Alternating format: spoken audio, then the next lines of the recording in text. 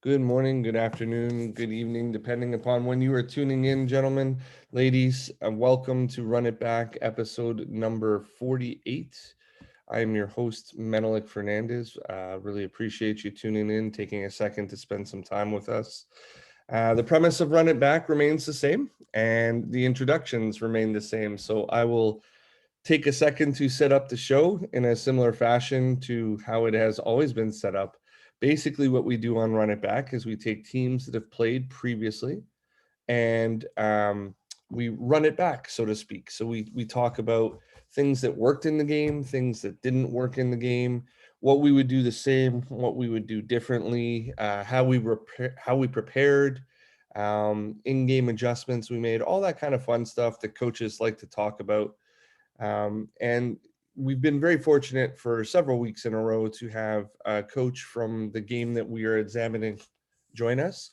So today we are taking a look at DePiro versus Luxol. And we're doing this from DePiro's point of view. The game took place February 14th of 2021. Um, DePiro is a pro team based in Malta. And we're very, very fortunate to have their head coach, James Bamfield, join us today. James, if you give me a second, I'm going to try to do you some justice with a nice little intro here. So please, allow me the honor. James has been the head coach at DePiro since October of 2020.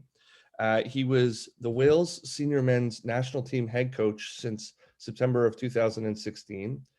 He was an assistant coach with the Manchester Giants for 1 year. He was the head coach at the University of Northampton for one season. He's been the head coach and director of the College of West Anglia for 10 years. They're one of only 24 accredited programs and have won 5 regional titles, as well as appeared in 2 national finals. He spent 16 years with Kings Lynn Fury, where he was the head coach and founder, as well as a professional basketball player with them, including having a season of scoring 30 plus. Look at this guy putting up some numbers up there. You pulled this off my Facebook bio. And has also been a regional performance center assistant coach for 2 years. So, James, thank you so much for joining us, first off. And we're really fortunate to have you here. Thanks for taking the time out of your day to join us from halfway around the world. Just a quick little aside, this is the 13th country, I believe, that Run It Back has visited along the voyage. So, really excited to have you here. Thank you so much. Sweet. That's my number 13, so good There for you me. go. Perfect. So if you typically we like to dive into preparation a little bit, but give us a bit of a background, if you don't mind, of like what the structure of the league is like there, where in the season you are at the point of this game, if you've played them previous, all that fun stuff of how that league works. Okay, so it's a small league, 6 teams. The Malta is quite a small island, so they have a beautiful national arena where all of the games are played. The teams train separately at their own venues and then come into the one venue to play the games. The Maltese league rules is that you have to have 3 Maltese nationals on the floor at all times. So effectively, two non-Maltese players, whether that's Europe, other European countries, or US players. This is my first season, and at the stage we played this game, we were 2-3. We'd played them previously in one of those 5 games and lost by 20. That game was just before Christmas, Right. and since that game, we had parted ways with one of our imports, replaced one of our imports, and also released our highest paid player, one of our national team guys. So it was a very young team, very much a rebuild project at DePiro. But this really was a game where if we could find a way to win this game, then potentially we could make the playoffs, which would be, a fantastic result for the club in the first year. The president at the moment at DePiro, he's been there 5 years and they've made the playoffs once previously, but only needed 2 wins that season to make it in because there was only 5 clubs and the top 4 made the playoffs, and they managed to beat the other place team. So yeah, it was a really important game on the schedule for sure. Like it. So, give us sort of your process as a coach. I mean, obviously, you got a lot of background in and around the pro level. So, when do you start this scout? How do you approach preparing for this team? How many games are you watching? Do you give extra weight to the game that you played against them before? What's your process for everything? I mean, I'm a massive believer in professional judgment and decision making. So for me, the more information that you can have as a coach, the better decisions you can make. So in truth, I started scouting the league before I even interviewed because I wanted to be prepared for the interview to be able to talk about the league and my expectations for the team and what I thought we could do. So I'd already been looking at the Maltese players before we're even in the job. As soon as I got the job, then we started scouting all the teams. I've got an assistant coach who helped me with the process. Right. Um, and then as soon as teams announced their import signings, we're on Synergy having a look at the data, trying to pull up film, trying to get a feel for those guys as well. So before we've even played our first preseason game, we've got some sort of information in place about each team.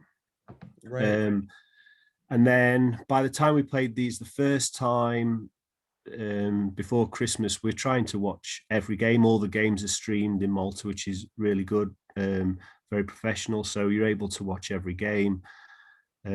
So we tried that week. We had the scout out maybe for the first game midweek, but for this game, we actually got the scout out early in the week, and we were running scout stuff throughout the week in preparation.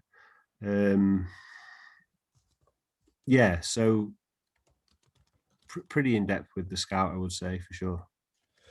It definitely sounds like it, and I mean, you gave me a glimpse of what you do, video wise, etc. Let's talk a little bit about that process. What typically will go into videos for you? Do you convey it only with your assistant coach? Do you pass it on to your players? Uh, do you split up certain games where like you're going to take everything, your assistant coach is going to take everything, or is it a joint project for everything?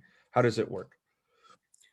So the assistant coach, he put together a lot of the film and started to write stuff down. I'd send him stuff and he'd sort of collate it into the report, Right. and get it to some sort of stage where it was a rough draft. And then what we also did is sent it out early in the season to the guys on the team. Ultimately, I'm in a new country. I've only seen these guys on film, whereas a lot of our players have played against them over the years. So the team actually contributed to the scout before it was a finished article. In terms of the video scout, I really try to keep that to 3 to 5 minutes maximum. And Right. it's really my key things for the game, the things that everybody on the team really needs to know. The paper scout is a little bit more in depth, but again, it is aimed at the whole team knowing what this guy does or that guy does or what coverage we're going to use against this guy, etc. So it is yeah. So are you an advocate then of say various coverages for various different players within the same game? Yeah, yeah. I mean, I try to, as much as possible. We give the players 2 to 3 coverages, and we try to let them to feel on the floor which coverage they want to use. Right. I like early pick and roll if we can get under as much as possible, um, and not get punished for it. That's fantastic. And then later in the clock, try to be more aggressive, either a hard hedge or maybe a switch when the clock's shorter. But if you've got a certain guy that you think either I can attack this guy in the pick and roll, he's a weak ball handler, maybe we can get after him and force some turnovers, or the other side of the coin, which is you've got a guy who's an outstanding scorer and you really want to make sure that he's not going to make a play for them. Yeah, then we'll prescribe a particular coverage for a particular guy for sure. Yeah. Interesting. Can you talk a little bit about the dynamic of being a new coach in a country where, as you mentioned, all the regional players have been playing each other for a long period of time, so they have a good handle on the other regional players. When you're scouting, when you're doing preparation, how collaborative is that with those players? So I'm I'm trying to find my way in the first half of the year for sure, in terms Right, of I've got a lot less knowledge of the guys than the players and the president, etc. The people around me, the GM. right, They've seen these guys 5, 6, 7 years. So for sure, I'm playing catch up, and I'm trying to use the players as a resource as much as right, possible to really understand how, they can tell me, oh, well, if we play this guy a certain way, he's not really going to be aggressive, or, this guy can't do this, or if we let this guy do this, he's really going to hurt us. And I think that's useful. I definitely, as far as definitely the first half of the season, I really lent on that quite heavily. right. And then, like you kind of mentioned, that you show everything to everyone. Do you give like your first five or your first seven? Do you give them a little bit more in the scouting process than you would give, say, like players 8 through 12? And what I mean by that is, like, hey, you're probably only going to be guarding James, or you're probably going to end up on James 70% of the time. So focus your Yeah. attention more on how to guard James type deal, or does everyone really get everything and like everybody should know everything? So definitely all the guys already know roughly who they're going to be matched up with, or how we're going to Right, rotate on a certain guy. So, for instance, in this guy, they've got Elder, who's their US import. He was averaging 30 plus a game. At the start of the week, we already knew who's likely to be matched up with him. But then at the same time, I think it's important that the other players know what that player does, because I'm quite high on rotating and scrambling and being aggressive defensively. So those guys need to know, if he's catching it here, we need to get out to him. He's got the ball, we're going to gap harder. So I think it's important that the whole group know what that guy does, as well as just the matchup in particular. I think that's particular to this team, because they have two guys who are averaging 50 plus between them. And wow, then, yeah, so perhaps if it was a more balanced sort of offense from the other team, you might have to have a different plan, sort of thing. I like that. What is, if you were to talk about the paper scout that you deliver, what is the weighting of sets like ATOs, blobs, in the half court that they run versus, like player breakdowns? Like you mentioned, the two guys score 50 plus. I'm assuming you probably spend a little portion of the scout on them for sure. What's sort of like the breakdown in your mind of what you deliver to guys? I'm a lot higher on strategy and player tendencies than I am on stats. I want the players to understand what this guy does and what he's effective doing, and how we're going to try and limit that, Right, more so than the set they're running. Now, if they run something like, for instance, Luxol had one set and I saw they ran it 12 times in the last game, for sure I'm going to show guys that, probably in the video scout where it's visual rather than on the paper scout. I tend to keep that more to my keys to the game, what we're trying to do as a group, what they do, and then the player tendencies more. right. But on the video scout, if there's something they're running over and over again, then for sure that will be in the scout, so that guys can see it and we can talk about how we might play that action. Will you walk through it as well as show it? Um, so we'll walk through it in terms of what we like to do. Is I'm a big believer in constraints in practice. So, for me, how do we practice the scout? Is you get five guys on the other team to be a scout team and Right, run their stuff, and then we'll work out how we're going to defend it. I'll give a certain guy a bib and say, this is Elder. If he gets a shot off, if he gets the basket, whether it goes in or not, the other team are getting 2 points. So, we've got to try and limit his shot opportunities, etc. And then that way the defense can really get used to communicating where he is, how we're going to cover him, etc. So that would be the process for me in the week leading up to that game. love it. Going from general to specific a little bit, what did you sort of identify as being your advantages for this particular game? Where did you think you matched up well? What did you want to attack? What did you want to force, prevent, punish, all that kind of stuff? Okay, so the first thing, as we sort of touched on a little bit, is from their roster, they only play six guys. Right, Um, and 2 of those average 50 plus on a team that only averages 75. So, the keys, the advantage for us is definitely if we can. Well, there's 2 ways to look at it. One is we can try and limit those guys scoring. Other is you can let them get theirs, and you can try to make sure that no one else gets Right. anything easy. And to a certain extent, we felt that it was easier to limit some of the role players and make sure they didn't get to do what they like to do, rather than necessarily focus all of our attention on the 2 imports. But our 2 imports, we had Tyron Atwood, TJ Atwood from Lamar University. He's all conference in a conference that had Kentucky in it. Right. Averaged 17, 18 a game. So he was, for me, absolutely outstanding. Great young man. And I hope that he really does go on to do something fantastic in the game. He fell to us literally, I think, because of COVID. He'd been released by a team in Denmark, and because of COVID, a lot of the leagues are shut down. It was a buyer's market, so he wanted Right. to play rather than go home and sit home. Right. But he came in, and if you can get him the ball 16 feet from the basket on an elbow on a short corner, it's going to be very tough for anyone in that league to guard him. Right. The game after this one, he had 51.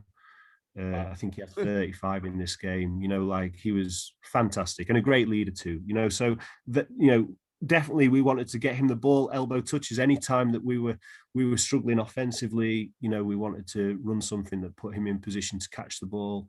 He doesn't even necessarily need to get to the basket. Very good from the mid range, just little jab step and pull up over the top. And then our other import, Cliff Thomas, he's 6'9", 240. Big physical specimen. If we can get him the ball deep, very tough for the other team to guard him. And he draws a lot of attention, which makes it a lot easier on our young guys. Right. The rest of the roster is very young. Our starting point guard is 19, played, I think he averaged 4 minutes a game the season before. Right. Our starting shooting guard he's 18, wasn't even on the roster the year before. The guy who played backup point guard in this game, he's 18, again, played 10 minutes a game the season before. So, yeah, very young roster.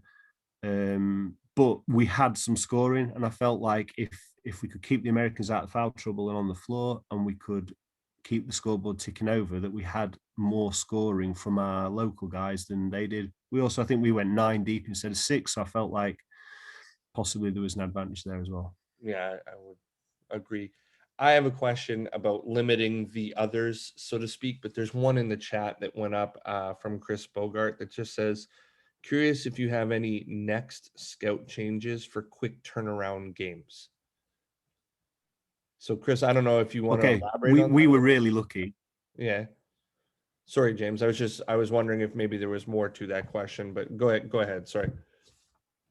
Well, I mean, I would just say the honest truth is that because of COVID, the way the league was set up, we had 2 weeks in between games. Oh, wow.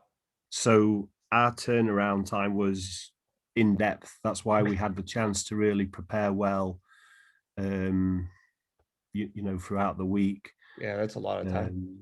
So yeah, we're not really in a situation where we're going Thursday and Saturday or Saturday and Sunday. We've got plenty of time to prep in our league. So that's interesting because I've never been in a scenario like that. It's always relatively quick, and I'm sure you've had experience with the quick turnaround. Do you find it more advantageous to have that time, or do you think that it stagnates a little bit in terms of the build up to the game? It was bad for us. Definitely before Christmas. We're a young team. We need games. Right. And I think we played 2 preseason games and 3 games. And because we had a case of COVID on the team, we actually missed 2 games, and that was Christmas. So we played 5 games until January. So for me, it was definitely a disadvantage. I'm trying to develop and work with those young guys, and I want them to play games, give them feedback, and have them go out there and learn from that and get better. So, yeah, for sure.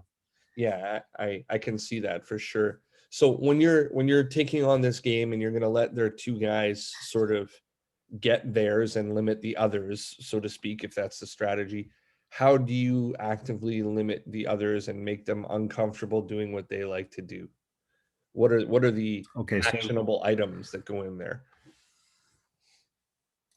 they had when I looked at their Maltese players, they got a 6'6" forward who played the 4 nice mid-range jump shot, but wasn't going to really take advantage of a smaller matchup inside and wasn't necessarily going to hurt us by taking anyone off the dribble. So we throughout the game, actually, at times we actually switched a guard onto him, with the idea that we could still get a hand up on his mid-range shot, but also that would allow TJ, who's again our best defender, to move to Elder, who was their import. And then when TJ went to the forward, then we used one of our guards on Elder and tried to chase him and make it difficult for him. So I never felt like he was going to get 15. It was a Right, question of in the first game he had 10 but 17 boards. So the first thing for him is let's just put a body on him and keep him off the glass. right, We can't have him having that type of rebounding number. That was a key factor for me. Their guard is really solid, veteran guard, but runs the team and then looks to spot up. He's not really going to hurt you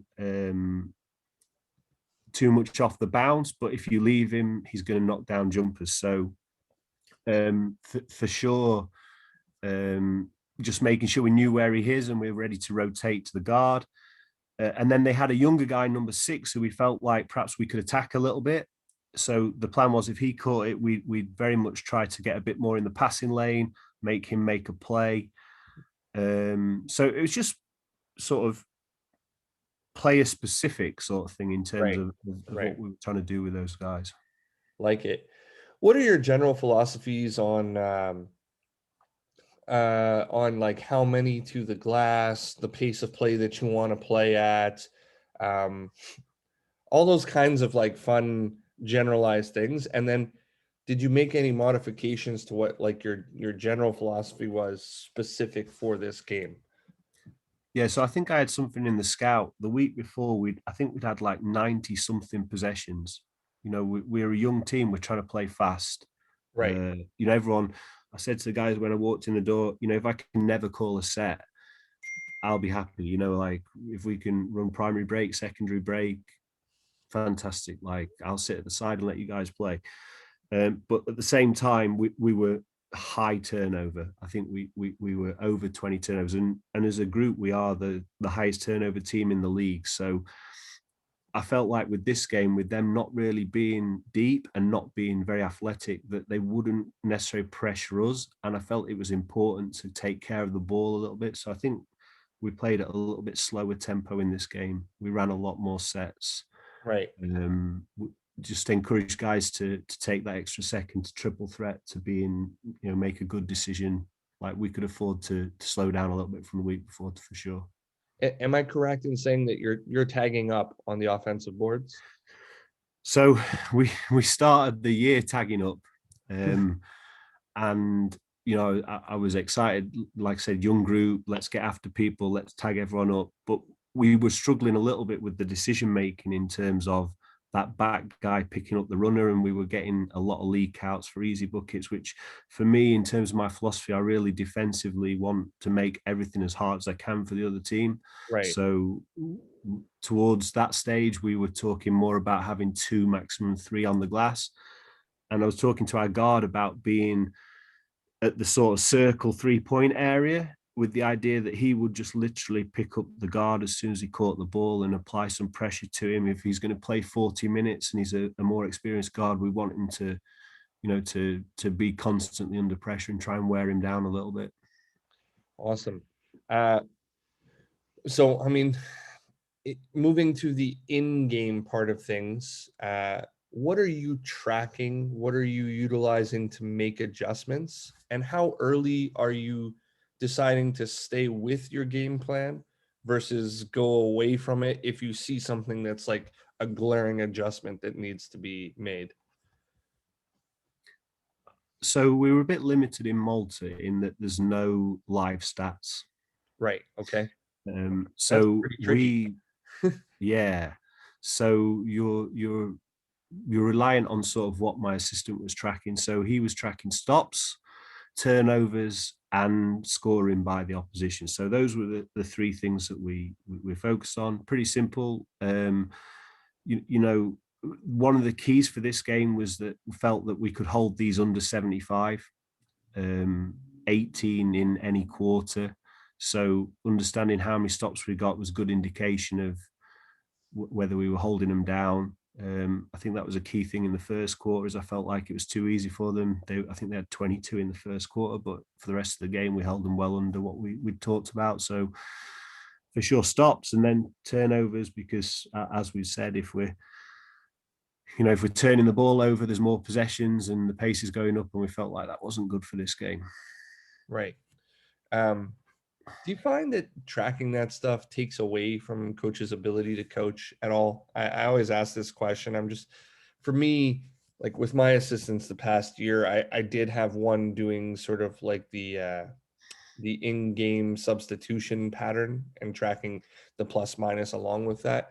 But I do feel that sometimes that takes away from their ability to really watch the game and get the feel of what's going on. How For did you sure, I feel? found that the year before, actually, when I was assistant at Giants. In the games where I was tracking something for the head coach and focusing on recording that, it was harder to be involved and recognize something and feedback to the coach. Right.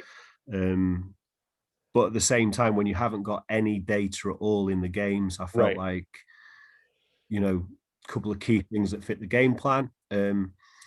So yeah, it's a trade-off all the time, isn't it? For Especially sure. because we've only got one assistant. So, on a bigger staff, obviously there's more opportunity to get guys doing different things. What about substitution patterns? When you are making your subs, do you pre-script anything? Do you have some sort of guideline that you're trying to maintain, or are you doing a lot of it by feel? Just having an idea of what the game needs from watching it. So definitely in the first half of the season, I've got a depth chart. I've got a rotation planned out of how I want to rotate guys, and I'm pretty much following that. I've tried to play early in the season. At some stage, I was playing 11 guys. I felt like it was important in my first year to give everyone a look. Right. They'd had a lot of guys around the program, local players, Especially and with fewer games I've too, been told right? it was a rebuild, no pressure, etc. Sorry, Yes, James. Yeah, yeah. especially So with fewer games, right? Yeah. yeah, for sure. So I just wanted to give everyone an opportunity to feel like they'd seen the floor and I'd given them an opportunity to show what they could do. By this stage in the season, I'm pretty in my head set in terms of how I want to rotate, who's going to see minutes when. Obviously, that's performance dependent. If a guy's hot, I'm not bringing him out, Right. just because it says, this is a good time to make that sub, etc. And likewise, if a guy's playing horrendously, then there might be a quicker hook. Right. For this game, our backup point guard was missing. So that complicated matters. We'd been knocked out of the cup the week before, and I'd tried to play the young guard most of the game. He played 34 minutes, I think, the week before, and in the fourth quarter, it was just they broke him a little bit. Got into him. He was tired. So I had to alter the rotation a little bit for this game anyway, bringing my two guard in as a backup point guard just to be able to get him off the floor. I felt because they didn't pressure a lot that we could get away with that in this game, and it worked out, I thought, quite well. So I'll end here before I get into a little bit of video with you. I always kind of ask this question now. Do you feel, they say hindsight is 2020. Do you feel that there was anything missing from the scout that like really needed to be put in? Do you feel that there was anything that could have given you a bigger advantage game planning wise that maybe you missed out on? Or like, do you think that, looking back, everything was pretty much in line with what it should have been? I mean, this is one of the games of the season where you really feel as a coach you've made an impact. But at the same time, for me, I'm always conscious that I try to give too much information. So if anything for me, it is what could I have taken out of the scout? What Okay. was unnecessary, what was superfluous to that result, and perhaps as that, that's one of the things why I love doing something like this is you're reviewing your own sort of thinking and your own thought process. And perhaps with me again, it's a case of, could I have taken a little bit out? Could I have given them more precise stuff that really transferred? So I love that, coach, because personally, after doing this show for the better part of a year now, I've met a lot of very intelligent coaches such as yourself, and like I reviewed my process a lot. We've been very shut down because of COVID, and I've always been the kind of guy who's like, let me just give you everything so that you can't say that you weren't prepared type deal. Yeah. But uh, it seems to me that the better coaches are doing more of the less is more philosophy, but what they are giving is very precise, very accurate, and actually quite actionable. Like, 1, 2 points, but it's not like, hey, he's a good shooter. It's, hey, we need to get this guy to the left slot because he shoots whatever percentage lower there. And we can do that by doing this. So I love that you mentioned that. I will jump into some video, but before I put up the video uh, from the game that I've prepared, I'm just going to take a look at the video that you prepare for your guys. We'll go through maybe about a minute of it and I'll let it run. And if you want to just give us some comments on, why you identified what you identified or whatever it is, we'll take a look at that first. And then I'll get into some video from the actual game. And by the way, thank you for doing this. There's been very few coaches that are willing to actually share what their prep videos are like. But this is actually the prep video you had for this particular game. Are we good in terms of the video So speed? yeah, so Arrington is their second import. This was the first game we played against them, and Cliff, who's our import, picked up 3 fouls in the first 12 minutes and had to sit a lot of the game. And I think that was a key factor in the loss. So just that first clip, we were talking to Cliff about trying to give a cushion on the catch and make sure that he didn't pick up easy fouls against a quicker post player. Right. I missed so we're now talking about Elder, yeah. Yeah, I can run. I can So go he's back 10 seconds if you want there. yeah, that's great. Um, so yeah, Elder, we just wanted to make, as we talked about, make everything hard on him. Always have someone on him and give some good help when he drove the ball. So those were some clips from other teams that had played him well, just showing what they'd done. And then this is the set that they ran for him consistently. So we're just talking about what the set was, some of the problems we had, and what coverage we'd like to use against him. So I think here I'll actually break it down once I've shown the clip to say what we could potentially do. Love it. Love that you threw in some stuff for them. So your guys would they get this all together, or would they get this individually and they'd be expected to show up and sort of be quizzed on it type deal? Okay, so we're quite lucky. When I'm doing the FIBA European Coaching Certificate, and one of the coaches on that has given me use of his app, which is called Teambook. And Teambook is basically it's an app that you use to give all of your information to you guys. Right. You put the scout on there, video, matchups, etc. And the app's really good because it actually lets me know as the coach who's viewed something. Now, Right. ultimately, it can't tell me how much of it they viewed at the moment. So, in theory, guys could just be clicking on the link and then not looking at the information. But I'd Right. like to think that guys are preparing. But yeah, so everything's distributed through the app. And then they get the paper scout as well handed to them, and then we'll just talk through it with guys individually. But this is on the app, and then I'll talk about some of the stuff that's on this on the floor in practice. Love it. I'll So move away. most of the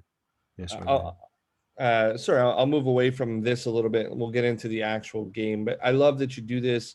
You also shared with me, and I won't pull this up, but you also shared with me that you do a post-game breakdown. similar to, what we're talking about, reviewing your stuff, going through everything video wise. And this is something that I think I want to employ moving forward. When you do that, do you deliver that to your guys, or is that only sort of for you and your coaching staff? No, this again goes on the app, and then hopefully the guys are watching that, and then we can use that to inform the development planning for the upcoming week. So Love if it. we've noticed a particular thing on the film, then we'll include that in our plans. Are you good size wise for this particular one now? Yeah, that's a good size. I can see that for sure. Perfect. All right, so first play of the game, it's I'd call it a horn chins to step up ball screen set. Sort of take me through what you're looking to establish.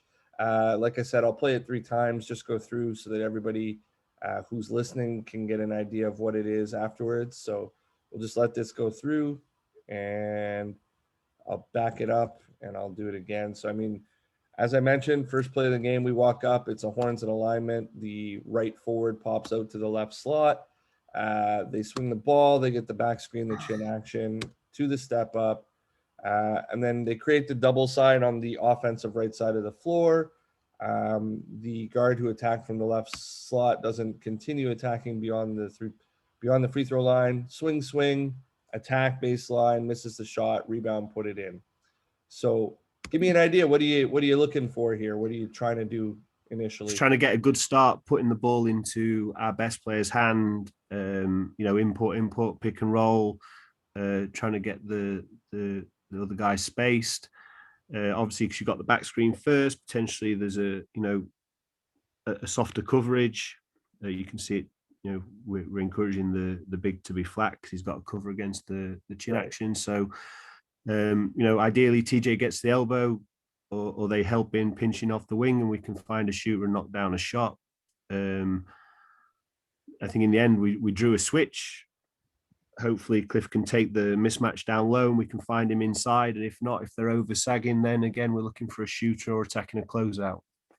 Love it. When you would teach this set, and I'm sure a lot of these guys would have experiences with most of these types of actions. When you would teach this, what would be like 2 or 3 teaching points that you would give them in terms of maybe lines of sight, what they're looking at attacking first?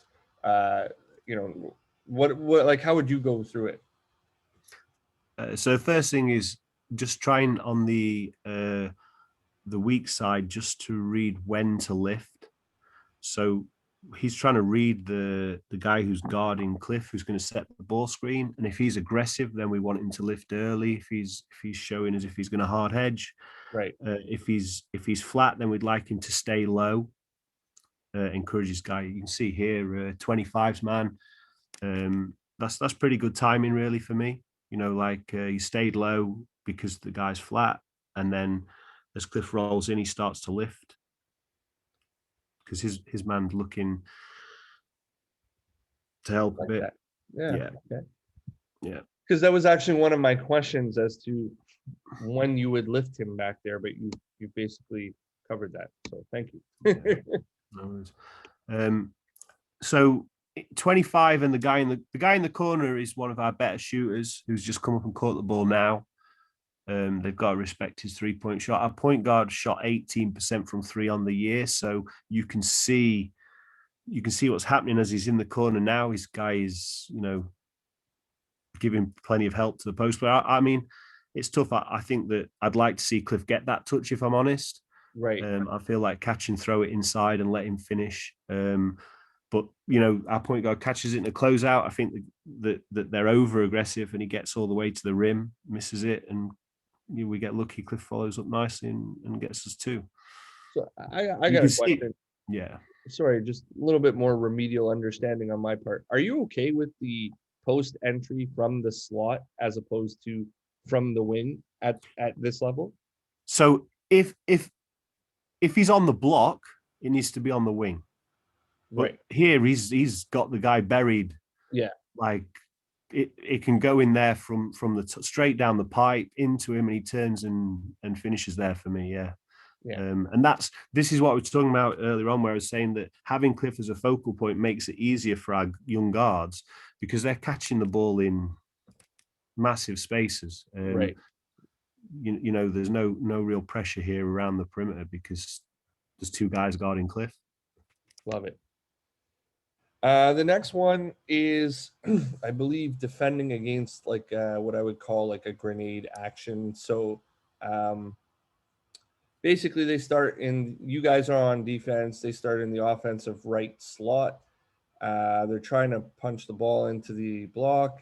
They get a post touch, and then basically the guard comes down for a little short corner shot as the big sort of DHOs up the floor. This is, to my terminology, relatively new and not an action that I see a lot in my league. How do you prepare for it? Do you have it in advance? And from a shot selection standpoint, are you okay with the shot overall? I mean, me personally here, I feel like almost that's not by design. Right. You know, the young guy Six has caught it in the block, tried to make a move. So the young guys we have on our team at youth level are not great. The under 19 side this year won one game. And the kid here with the ball now, he had 38 against us on Wednesday night at under 19 level. Okay. And Malia, who's guarding him, got toasted. So for me, I think they're trying to attack him, and then we've got pretty good help position there. Everyone's, you know, we've got a help, we've got a drop. You know, it looks pretty good, and I think that then Elder's come and tried to help him out because he's stuck dead with the ball. And for me, when he catches this Elder, I would have liked to seen us go after him, both guys. You know, take that shot away, force Six to roll. I feel like that was a bit too easy for him to get that shot off. I think Six actually travels here now that I'm looking at it again. That looks like a change of position. If I've ever seen one. Yeah. I didn't he notice definitely that gets before, two but I was like, pivots.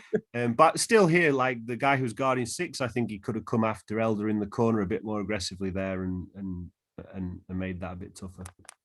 So back to my question about sort of like the shot selection chart. Like this to me is pretty much the worst shot in terms of like free throw in the paint, three and then mid-range type shot. This is a guarded two.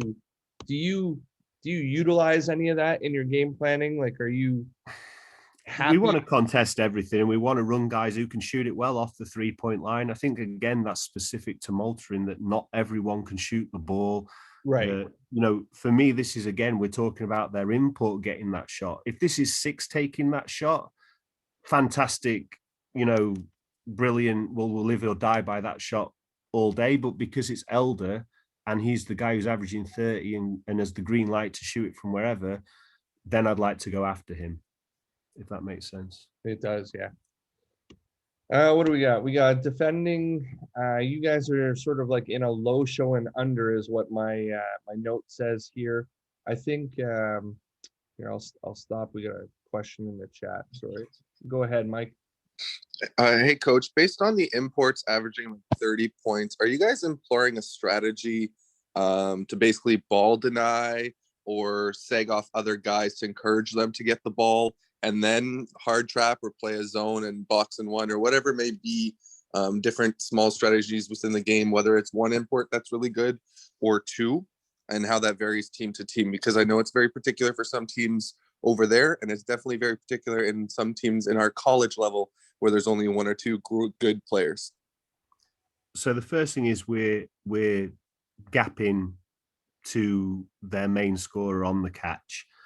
So, you know, one pass away is not in deny. They're in the gap, trying to encourage him to move the ball on. And we're really trying to communicate our help drop cover on the weak side. So if he does split the gap, we're there early and aggressively. In terms of personnel, they only had the one perimeter scorer. The other guy's an inside guy. So it did allow us to focus on that. You know, we did use some traps and some box and one with him quite successfully in this game later on in the game, which I'm not sure if Menelik has got on the highlights or we might see later on. But yeah, for sure, we ran some box and one mainly out of a timeout. We had a really successful trap late in the game, which probably got us turned the game around. So yeah, for sure, we're very specific with what we do against that guy. Does that answer your question? Mike, you still there? Yeah. Yes, I am. Sorry. Is that good, Mike? Yes, of course. Cool. Sweet. Sorry. So this one was sort of a low show and under is what my notes said. I think I've got about 3 or 4 that are coverage based, just to sort of highlight that you did change coverages within the game. And I think what I was asking here, I'll run it just to make sure, but I'm pretty sure what I was asking was just sort of like, take me through your teaching points on this kind of coverage. So there's a touch action on the left wing, wide left slot area. And then you guys end up almost like a drop and under or a low show and under. They attack free throw line and then one more the ball and get sort of like an 18-foot jump shot. So take me through your teaching points on this action. Does this touch action make your scout? Did you play it the way you want to? Are you happy with the result of the shot? All of that. So, as I was saying, in terms of the coverages, I'll give guys the option of 2 or 3 coverages. Right. And we'd like to go under on that first one. So you can see we're quite early in the shot clock. We didn't feel that number 9 JP would hurt us with the step back behind the screen. So we're trying to get under and reconnect to him. Kieran, this again, you can see here where we've got a guard, our guard matched up to their big forward here, 15. That's actually guard to guard. So, he's just showing, trying to discourage the penetration while Andy, the on-ball defender, gets back. 33 is chasing after Elder and trying to make sure that he doesn't get back involved in the play. So yeah, we're happy to give up that shot if he pulls up from there and shoots that over the top. Me personally, I'd take that and think we can win the game. The guy who gets the shot is the forward we talked about, who's a nice mid-range shooter, but it's a pretty good contest, and we're on the glass pretty well. Good box out, so happy. You mentioned your point of view. Sorry, James. You mentioned your number 14, just basically trying to deter until the guard that's going under gets back. Yeah. What are your teaching points in terms of the timing there for the getting back? And do you emergency switch if their number 15 buries your guy on that roll? Like, how do you get through all that? Okay, so the first thing is the guy who's showing, he has responsibility for the ball. So ultimately, he's got to stay until he feels confident that the guard's recovered. If he leaves too early and that guy, penetrates all the way into the lane, then that causes a lot of problems. So definitely, he's got to time it where he feels like the on-ball defender is back. If he rolls early there and buries Andy, then we'll just ask Andy to be active and we'll double on the catch. Okay. Love it. Next one, what do I got? Hard hedge, tagging the screener is what my note is. So we're starting on the offensive right side of the floor. We reverse the ball. Sorry, you guys are playing defense. They reverse the ball. And then we get a top ball screen, left slot, and you guys hard hedge it. And then on the recovery, you go to double. It looks like you sort of tag and briefly switch and then double on the entry, which I assume filters into what you just said about being active on the catch and going and doubling on the catch. So sort of take me through, talk me through as a coach, what you see, what you like, what you don't like, and the change of coverage. Like you said, this is completely player driven at this point. Is that correct? Yeah. So we're slightly later in the clock here. 10 seconds on the clock when they run this pick and roll. So we're trying to be more aggressive later in the clock. My on-ball defender here I'd like to see him get more connected. If you watch, he sort of gets caught a little bit. Right. As you come off here, another couple of steps. I'd just like to see him chasing 9 and be much more connected there to put him under more pressure. Right. Cliff, excellent hedger for his size, gets out very well, recovers, great tag by the guard at the bottom. And they, I mean, that's a tough entry pass over the top, does create a mismatch, but Cliff straight away jumps into the double. Andy's coming back down, and it's unfortunate we pick up a foul there, really, because I think we could have defended that pretty well. So my question would be off the ball about the tagging. Obviously, if you're player driven in terms of coverages, it requires your other three players to be very alert. Are there any keys or automatics that you give them? Do you have particular drills that you're utilizing so that they are quick on their feet, they recognize when they have to tag versus when they don't? Just sort of give us a background as to how you teach that and put that together. So, I mean, one of the first things is just keying guys into what their job is.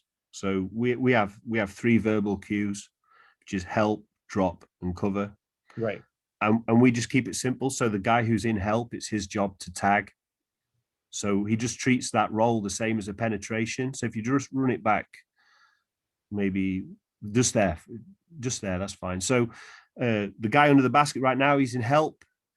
The guy running after number 6, he's in drop, and Adam is in cover, although he's got the import, so he might not be as keen to rotate as if it was a different guy. Right. So yeah, when 14 rolls, I'd expect the guy under the basket to tag that roll nice and early, ideally just around the free throw line. Don't let him get deep. And then the guy coming down to cover the two other guys, and Adam to drop in to cover 6 and 12, depending on how they space. So regardless of your coverage at the ball screen level, you're tagging off the ball. You're not trying to play the ball screen with two. If it's a hedge, so if we're hard hedging, we're committing 2 guys to the ball.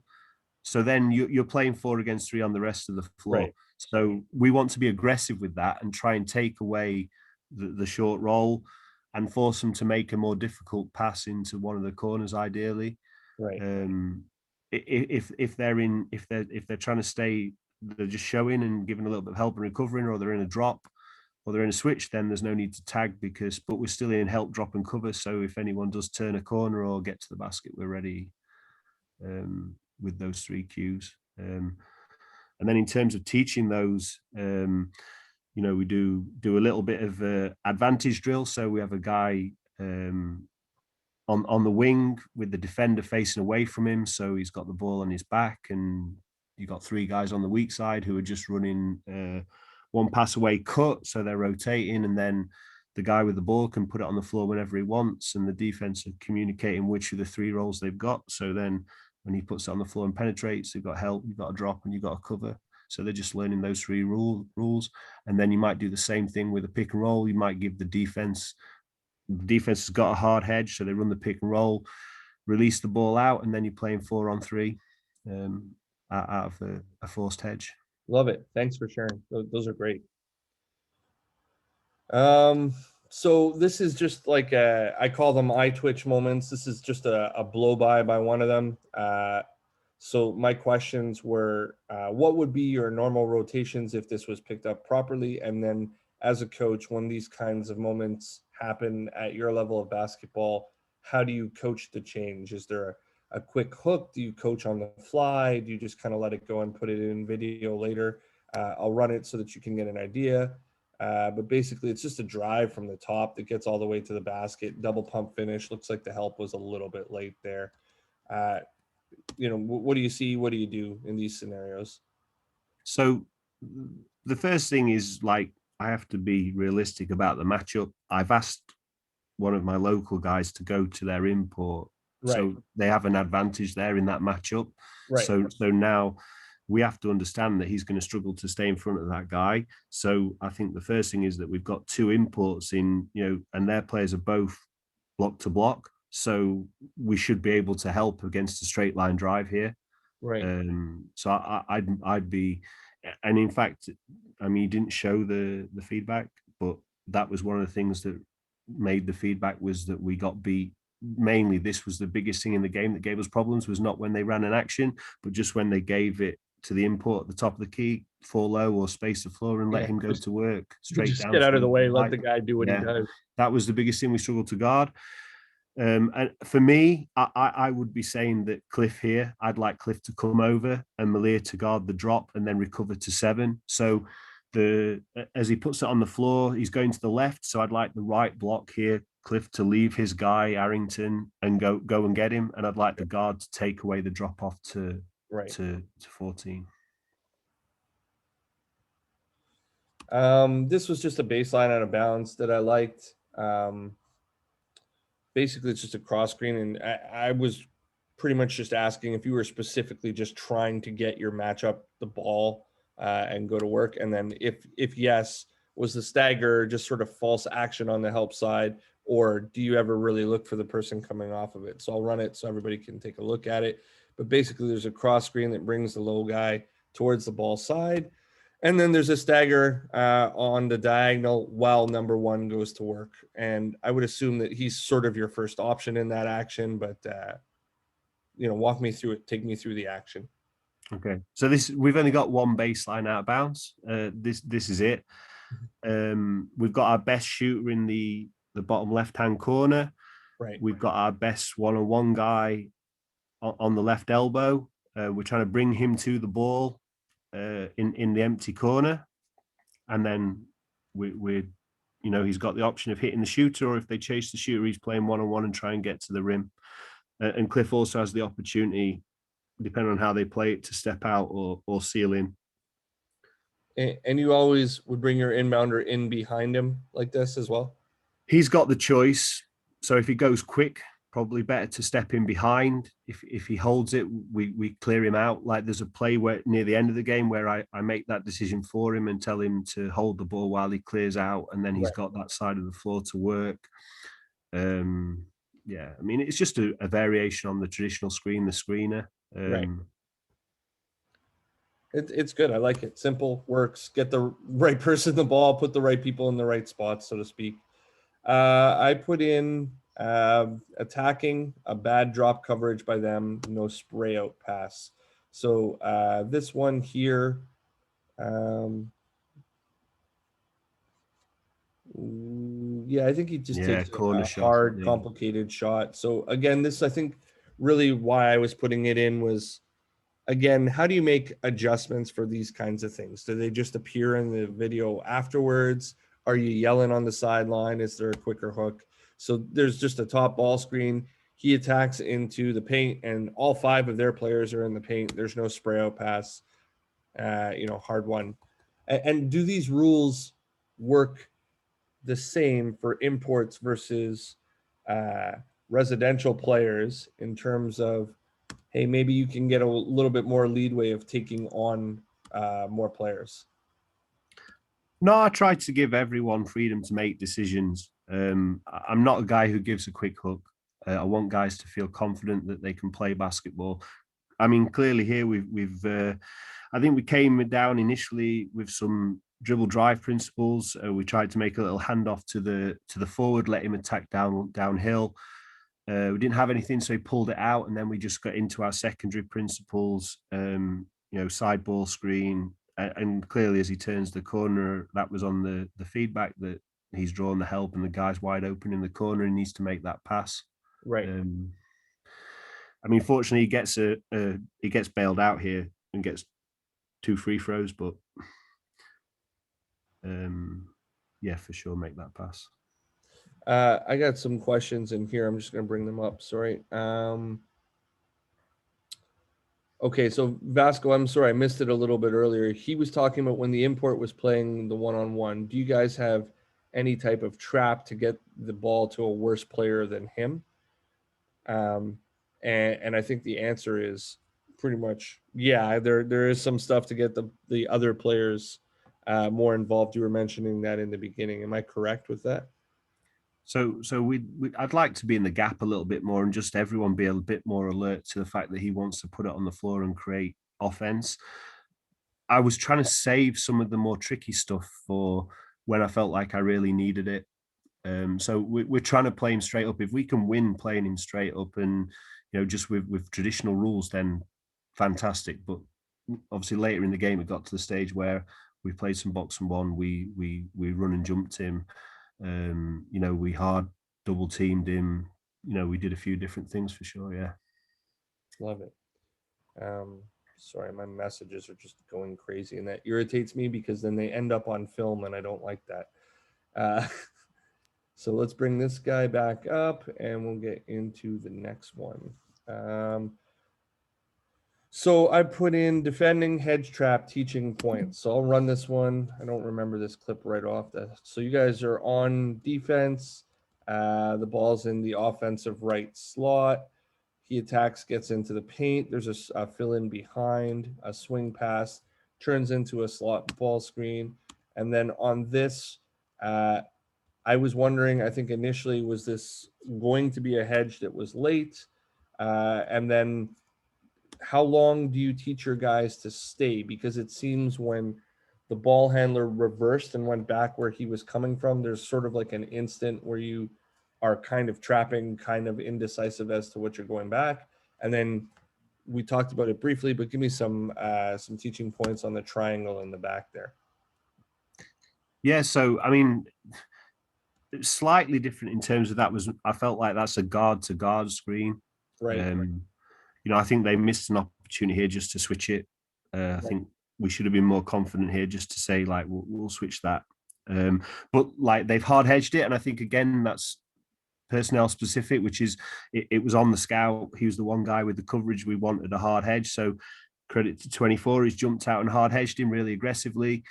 He's made sure that Nicky is back and recovered. And then I feel like he now should be running back down, active hands, trying to get back to his guy. And then the other three guys, we haven't been overly aggressive in tagging up on 6. Maybe there's a little bit of decision making there from the guys that they don't feel he's a huge threat to get the ball. So perhaps they've not overly stepped up to hit him. But that's right. That's what it looks like to me. I believe I actually have the clip, but there's one clip I remember in the game against this where they send one of the players to the other side and you guys leave your defensive player on this side. Do you typically overload on the ball side until everything is safe and matched up top? Or was that just sort of a feel thing that the player did in response to what was happening? I think there was one clip in the fourth where we showed some man-to-man and that actually went box and one. But yeah, for me, attack the ball aggressively with 2 guys, make sure that there's nothing easy on the short roll, and then rotate out to the shooters and try and run them off the 3 would be the general philosophy. Right. I'm noticing that I've spelled icing incorrectly here, so let's not take that in too much there. But my notes are on this next clip, you're defending, icing, when can the big leave, and then the help on the side here. So this one, I think, goes back to the communication piece that I was asking you about when players can go back versus, how long they're supposed to stay. This looks like you were going to ice and he was just late getting up into the body. Am I?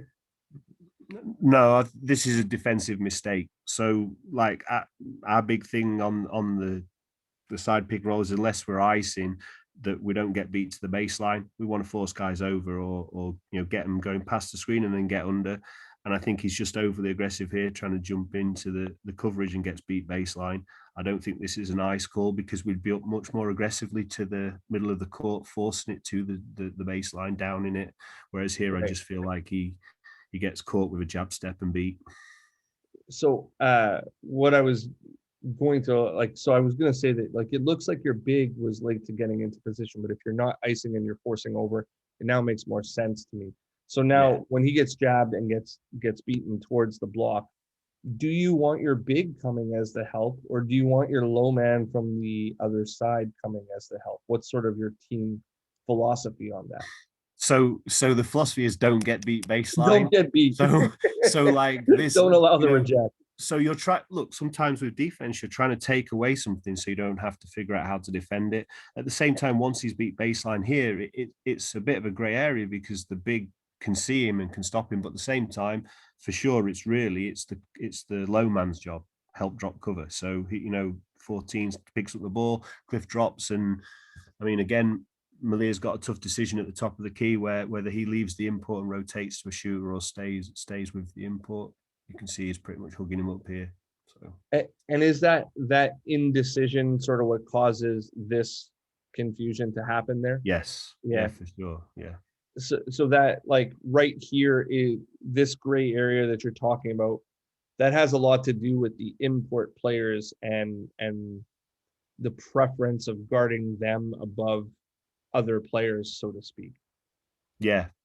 Because in the scout, Malia's told, this guy's their main shooter. It's difficult. 15, that's his shot, that mid-range shot. So we've got to figure out how to contest that. So TJ's obviously scrambling back. This is where I say it's all player dependent. This isn't a scripted action they've run. We've made a defensive mistake and now guys are making decisions based on what they see on the floor. This is not something we've prepared. So I think you can see, TJ's stopped the ball and then conscious that his man's a mid-range shooter. The defender at the top of the keys not rotated because he's guarding their import. And Kieran, who was in the drops in the help spot, his man's now flaring out towards the 3-point line, so he's trying to recover. And Cliff is not in position to give the second help. So, as a summary, would I be correct in saying that if you were giving feedback on this post game in video, so to speak, excuse me, that really the point that you would be stressing is we should be forcing into here to get over, and like everything beyond this is everybody just trying to play catch up. I mean, the error happens. Once you've made that first mistake, you're putting yourself under pressure. Right. Don't make it's dominoes in it. So don't make that first mistake, force him over the screen, and then we know the coverages, we know what we're trying to do, we know where we're trying to gap. So as a total aside, away from the film, do you work on rejecting at all in practice? Because I've been hearing a lot lately that people, for the most part, spend no time working on the rejection and how to scramble. Do you spend any time in like blender type actions with the reject? We don't spend any time on the defensive element of the reject. It's a baseline drive. So ideally, like I said, it's help drop cover from the baseline. However, it's the first read I put in with the pick and roll offense. It's when I'm working on player development, that's the first thing that I'm teaching guys is if we can reject and get to the paint, then we want to be aggressive with that. So defensively, no, but offensively, yes. Right. Another defending clip. It says now switching post double. So we are defending them in the offensive left slot or high left wing. There is a wing ball screen. They switch it and they post you. So on this switch, I believe you guys do come. No, you just sort of stunt the passing lane on the pass. So sort of give me, what your scout idea was on this and how you played or don't like how you played, et cetera, on it. So I would have liked Nicky to chase a bit harder on Elder, stay connected. Again, here, I feel like he gets screened a bit easier. We want to go outside, inside and chase the hip of the guy on the ball. Once we do get switched, it's a bit passive again, a bit too easy to get it in. But this was the matchup we talked about where this guy, although he's 6'6", he didn't really punish anyone down low. So although it's a size mismatch, not necessarily a matchup that we're horrendously scared of. And I think that's indicated in what Cliff's decision is, which is to be in position but not commit to doubling him on the catch.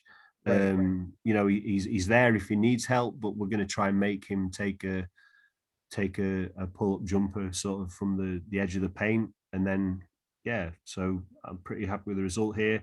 Nicky does it's tough on. The only thing I would say is we talked about how he had 17 boards in the first game. So you can see once he does kick it out,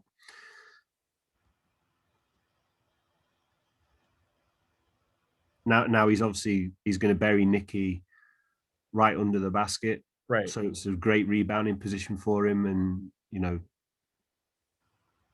he does end up with it there. Yeah. So, ends up with the two there. Is there no, I'm assuming the answer is no, but is there, like, you're allowed to completely zone. There's no defensive 3 seconds in your league.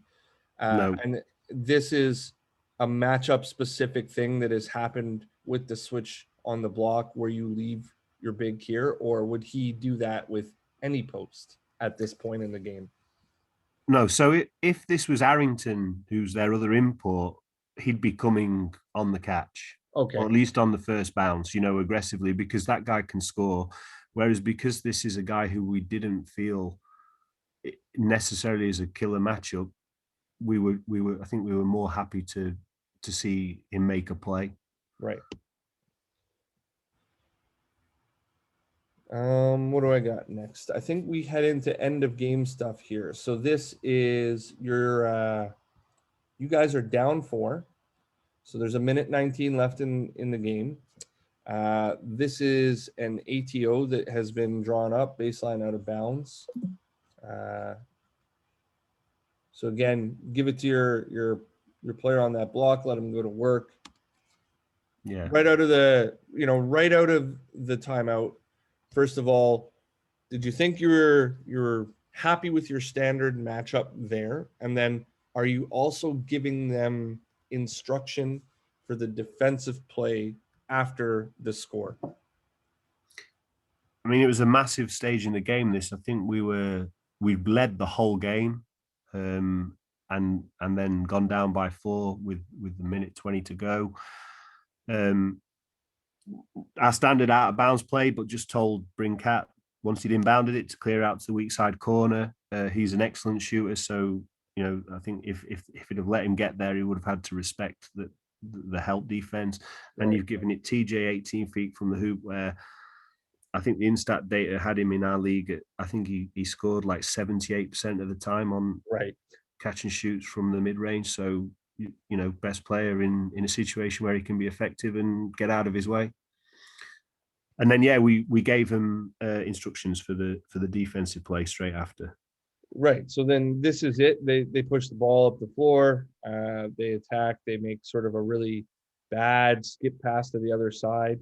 Had it been the intention to double the ball, was that part of the instruction that you had given them? And were you telling everybody else to be alert for the steal?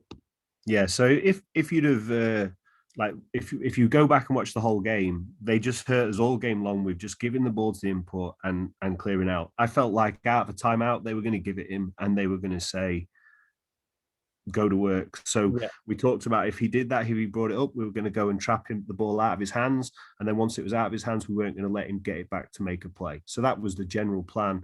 The fact that he threw a cross-court skip pass was fantastic, and Cliff made a great play. And all of a sudden we've come out of a timeout and gone from down 4 to tied. Yeah, love it. So they call the timeout. 1 minute left on the clock. Sideline out of bounds. Their ATO sideline. Do you have the play in your mind from scouting, or what are sort of the guidelines that you're giving your guys for the play? And then vice versa to your ATO, are you now also giving them what you're doing offensively after this defensive set? I've still got a timeout left. So in terms of offense, I'd plan to have a timeout if they scored. I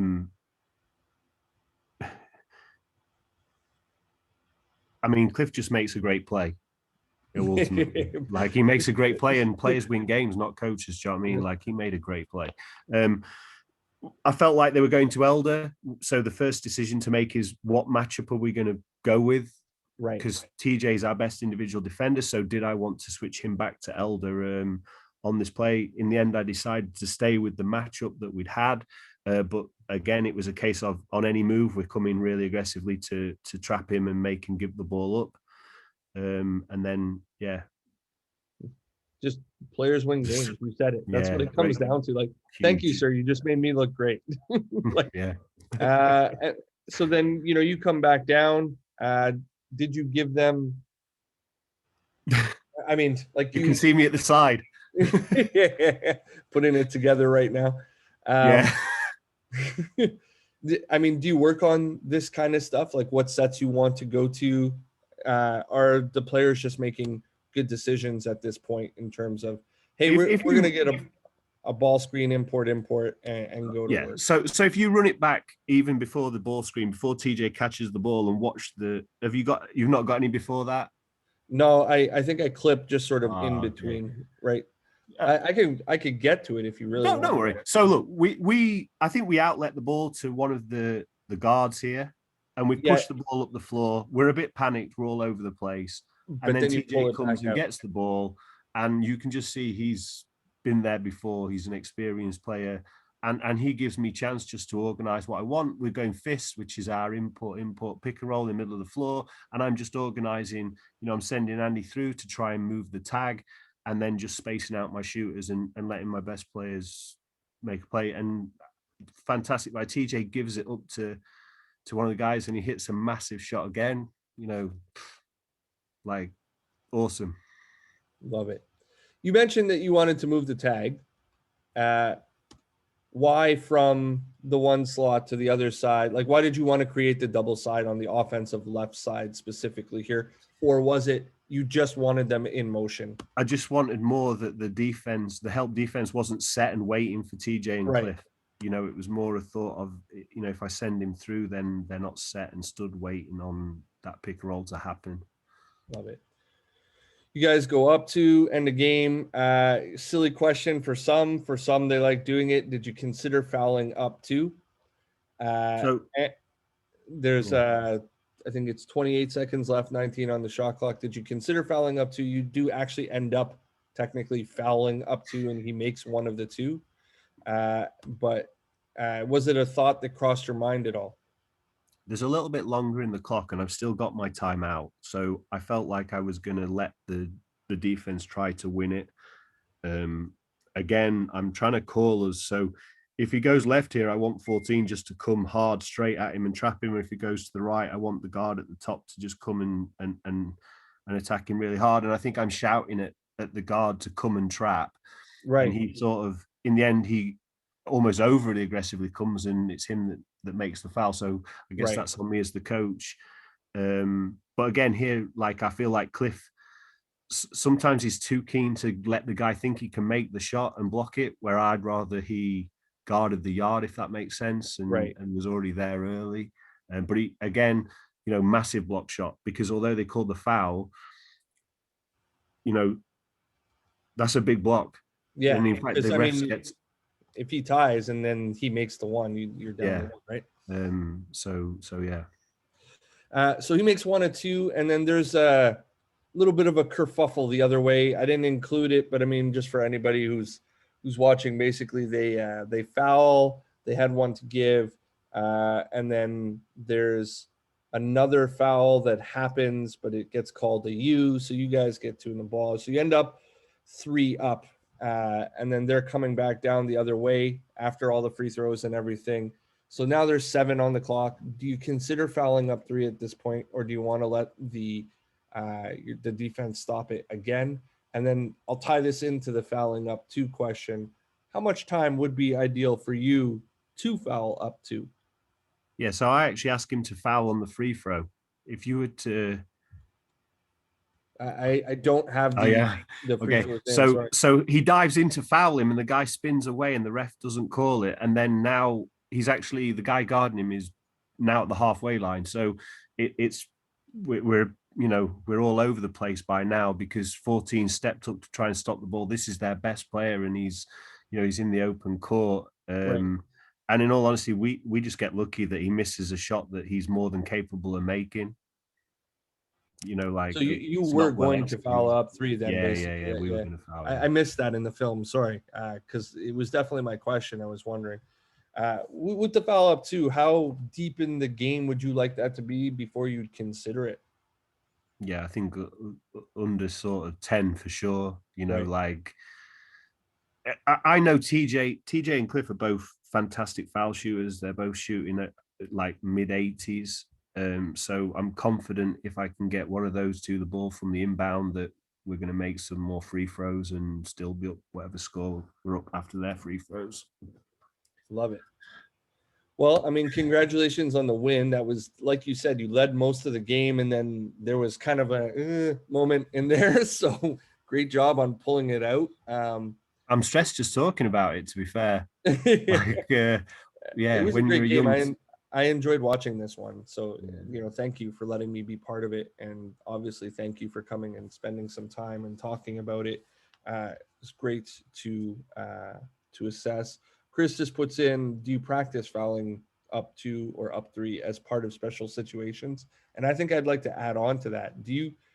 If you do practice it, do you position your guys as to like, when the situation is right, talking about how much time, et cetera? Like, are these conversations that you have taking over a new team, meeting new guys, all that kind of stuff? So in terms of the constraints approach, we do an awful. So a lot of, like, we always have a time and score at the side. We play on a time and score. So we do a lot of 2 minutes to go, 1 minute to go, Right. 4 minutes to go, first 4 minutes. So a lot of the playing we're doing is in situational stuff. So we can talk through, like, this is a bad foul here. In fact, I remember having quite a big argument on the floor with one of our guys about a foul, but those lessons transfer and are learning part of the learning process to help you in situations like this. So yeah, for sure, we're every practice we're doing situational stuff. Love that. How much time would you dedicate to that? Would that be 10 minutes of your practice? Would that be, like, guide me through it? What do you do? So we only get an hour and a half of team practice 4 times a week, and Okay. then we get the individuals are set up as individuals, not small group work. So you are having to do a lot of on-air stuff, shooting work in your individuals rather than 3-on-3, 2-on-2, which I prefer. I prefer small group work over individuals per se. But within the practice, we're getting shots up, game shots. Then we're running through whatever small part of teaching in a 3-on-3, 4-on-4, 4-on-4-on-4, whatever it might be. And then we're doing something on defense every session, and then we're playing. So, we've probably got minimum of 45 minutes of 5-on-5 in every practice. Love it. Mike had a question. He just typed it in. So go ahead, Mike. In those situations when they go 4 flat, or you saw in that previous clip where they had 3 on the weak side, have you thought about going, allowing your players to automatically switch to zone or to like box and one, as you had mentioned, was successful at it after an ATO, but a lot of your players call it live, whether it's after a pick and roll or in those 4 flat situations when you don't need 2 guys to be occupying the same space. Typically, we tell the player, if you could touch them to bump them high, and then that player can still play the gap and helps the guy on ball versus being so distant from that dominant ball scorer. So I was just wondering if you thought about that, because you seem to have success in previous, as mentioned, but giving your players that ability to switch it on the fly after a specific situation. No, I hadn't thought of that, to be honest. Really good point. Yeah, I think now you've said that, that makes a lot of sense. So for sure, it might be something that I'll look at in the future. Appreciate that. Thank you. Nice. If anybody else has anything, shoot. If not, I don't. That's the full extent of all my video work on this game. I'm sorry that I missed the box and one because it got mentioned a few times and I didn't get it in there. I apologize. But James, I want to take a second. I mean, I only met you fairly recently. So for you to go out of your way, spend some time with me, I think is really, really amazing. Thank you so much for that. I've learned a few things in here and really appreciate the way that you are teaching and taking feedback and all of that. I think it's fantastic. I don't know how much you have followed the show at all, but like I really commend anybody coaching wise who is taking their time to listen in, to jump on the calls. I mean, we had 20 different people in here today listening. We've been very locked down over the past year, so this has been my outlet, and I really appreciate people that have been willing to share, willing to talk the game. I love this stuff, and it just makes me happy. It's giving me joy in a dark time. So thank you for your time, and I hope that maybe a couple things have popped up that you're like, I hadn't thought about that. Let's do it. Let's go take a look at that again or whatever. And I mean, obviously, you're super thorough in what you do, so appreciate. No, for sure. I mean, like I've really enjoyed it, and like I said, it even in just preparing to come on the show, you know, going back and really reviewing the game a bit later has helped me. And you know, thanks to the coaches for listening. And feel free to network and connect. I'm on LinkedIn, Twitter, Facebook, the rest. So, you know, always trying to build relationships and you know be part of the coaching community. Love it. So we had Rob Fwa come out today, and tune in next week. Obviously, we'll be filming our next episode. Appreciate it. I'm going to stop the recording there. James, if you want to hang out for a little bit, sometimes coaches have questions they don't want to ask on camera. If you got a minute or two, if not, you know, don't worry, don't feel obliged. But thank you so much one last time, and tune in next week. Thanks for listening, everybody.